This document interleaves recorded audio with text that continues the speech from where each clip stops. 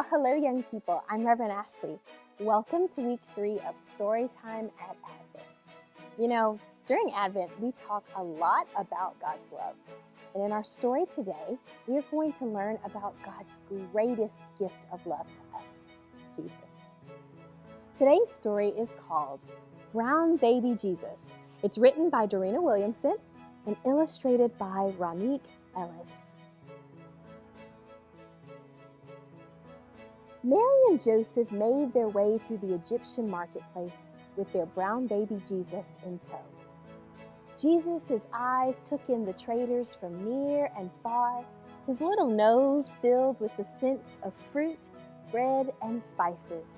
His face lit up at the sight of children threading colorful clay beads. Just weeks before, Magi from the east had visited the family in Bethlehem, bringing gold, frankincense, and myrrh to honor Jesus as the King of the Jews. After the Magi left, an angel warned Joseph in a dream that King Herod was angry about their visit and wanted to kill Jesus. While the family fled to Egypt, jealous Herod sent his soldiers to kill all the baby boys 2 years and younger. "Look, Abba, soldier!" Jesus exclaimed. Seeing the soldiers reminded Joseph of the angel's warning. Mary thought about when they took Jesus to the temple. A man named Simeon said that Jesus would reveal God's light to people all over the world. But he also said that Mary's heart would feel sorrow because some would want to hurt Jesus. Resting her chin on his bushy hair, Mary held her son close and prayed for God's peace. As the family walked beside the Nile River, Mary and Joseph were reminded of another baby boy. Long ago, the great leader Moses had been placed in this river to protect him from another angry ruler. Moses' little basket bobbed along until it floated right by the princess of Egypt, who raised him as her son. When Moses grew up, God used him to deliver the Israelites out of Egypt and lead them to the promised land. "One day, you too will be a deliverer," Joseph spoke over Jesus as they watched a trade ship disappear from view. As Mary spun wool into yarn, she thought about the words Joseph had spoken. She knew that God had mapped out a special story for her son that spanned many generations and even included different nations. The red yarn reminded Mary of how God had saved his people long ago in the city of Jericho. A woman named Rahab placed a red cord in her window after helping 2 Israelite spies escape the city. Because of her courage and faith, God saved her and her family from Jericho's destruction. Mary knew that through her brown baby, God would save all people from destruction. His very name meant, "The Lord saves." As she made bread, Mary thought about the widow Ruth. Ruth had picked up leftover grain so she and her mother-in-law Naomi would have something to eat. Although Ruth was from a foreign land, God gave her a place among his people when she married Boaz, and she became the great-grandmother of King David. David married Bathsheba, a widow who God comforted with the birth of a son named Solomon. When he grew up, Solomon built the temple, a special place of worship for God's people. God kept showing up for his people, replacing death and sorrow with life and joy. Then he made his home with humankind when Jesus entered the world, wrapped in the brown skin of a newborn baby. His coming was good news of great joy for all people.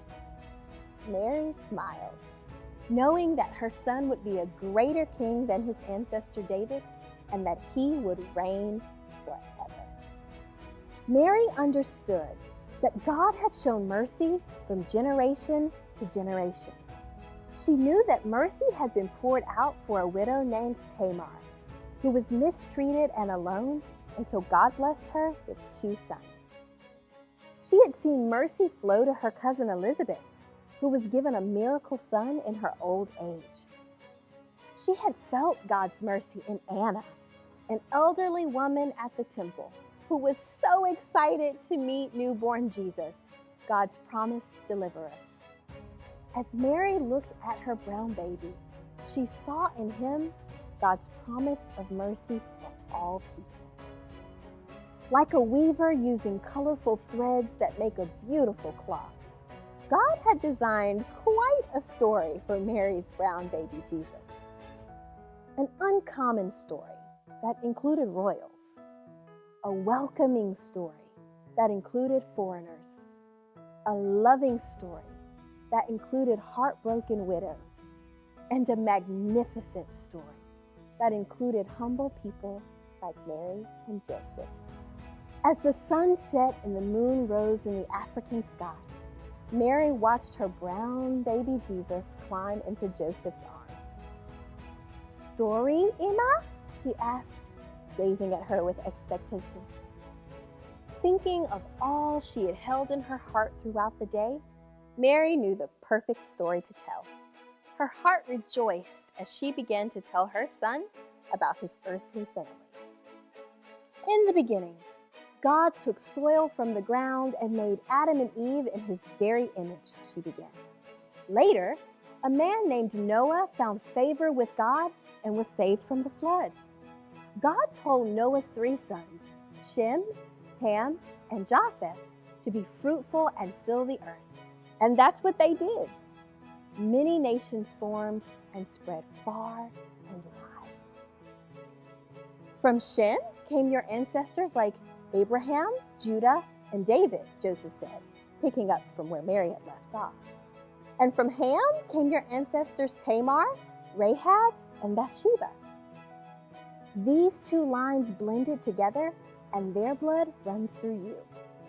Your woolly hair and bronze skin are a beautiful part of how God made you and who you come from, Mary added. God promised our ancestors Abraham and Sarah that every family on earth would be blessed through them.